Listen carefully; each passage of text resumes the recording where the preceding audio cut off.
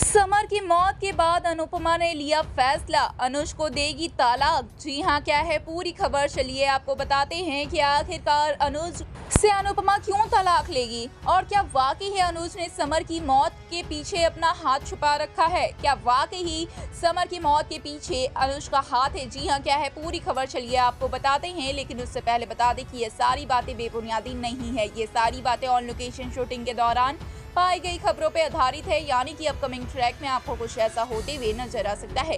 तो जरूर से ही इतनी मेहनत के लिए वीडियो को लाइक, चैनल पर नए हैं तो चैनल को सब्सक्राइब और पास खड़े घंटे बटन को दबा दें ताकि ऐसी और तमाम खबरें आप तक सही समय पर पहुंचती रहे।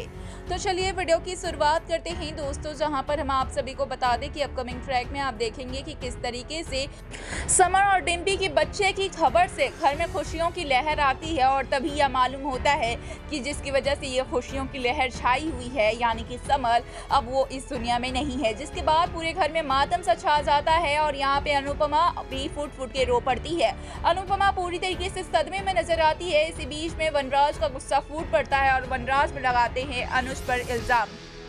जैसा कि हमने प्रोमो में देख ही लिया है कि वनराज बताते हैं अनुपमा को कि ये सब के पीछे की वजह है अनुज, और अनुज की वजह से ही समर की ये हालत हुई है।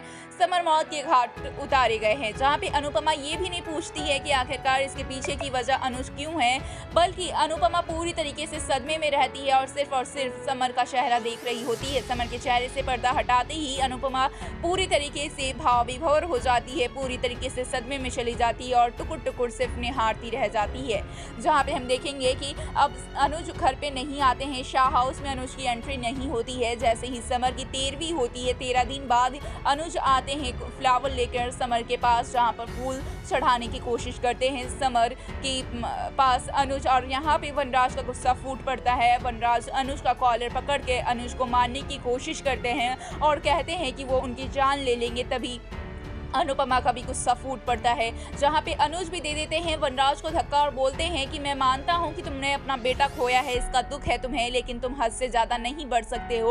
और यहां पे वनराज को लग रहा होता है कि अनुज ही असली गुनहगार हैं, जिसकी वजह से तब भी अनुराज नहीं शांत होते हैं। वहीं पे अनुज उठाने लगते हैं वनराज पे हाथ, तो अनुपमा आती है सामने और बोलती है कि अब से तुम्हारा मेरा कोई रिश्ता नहीं है अनुज, मैं आपसे सारे रिश्ते नाते तोड़ती हूँ, आपका और मेरा तलाक होगा, क्योंकि आपने मुझसे वो बात छुपाई है जो कि कभी नहीं छुपानी चाहिए थी आपसे। मेरा पूरा भरोसा आपसे टूट गया है, आपने मेरे से मेरा बच्चा, मेरा लाल छीन लिया है। और इसी के साथ में अनुपमा ये भी कहेगी कि जो अनुज है, अगर उनसे ये गलती हो गई कि गलती से समर का एक्सीडेंट हो गया, तो जब अनुज और सब मिलकर ढूंढ रहे थे समर को, तो फिर क्यों नहीं बताया अनुज ने कि समर तो ऐसी हालत में है, तब शायद बचा लिया जाता। या फिर अनुज ने ये बात क्यों छुपाई है अनुपमा से, क्यों नहीं बताया कि अनुज के हाथों समर का एक्सीडेंट हो चुका है।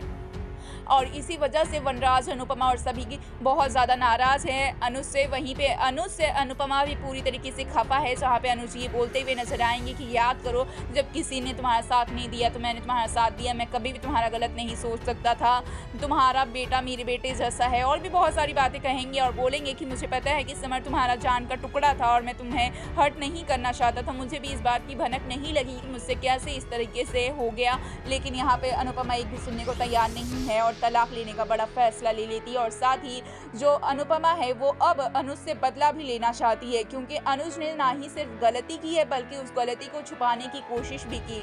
गलती करने के बाद अनुज उस गलती को एक्सेप्ट नहीं करते हैं और खुद सभी के सामने मिलकर ये नाटक करते हैं कि उन्हें समर के बारे में कुछ भी नहीं मालूम है और समर को ढूंढने की कोशिश करते हैं।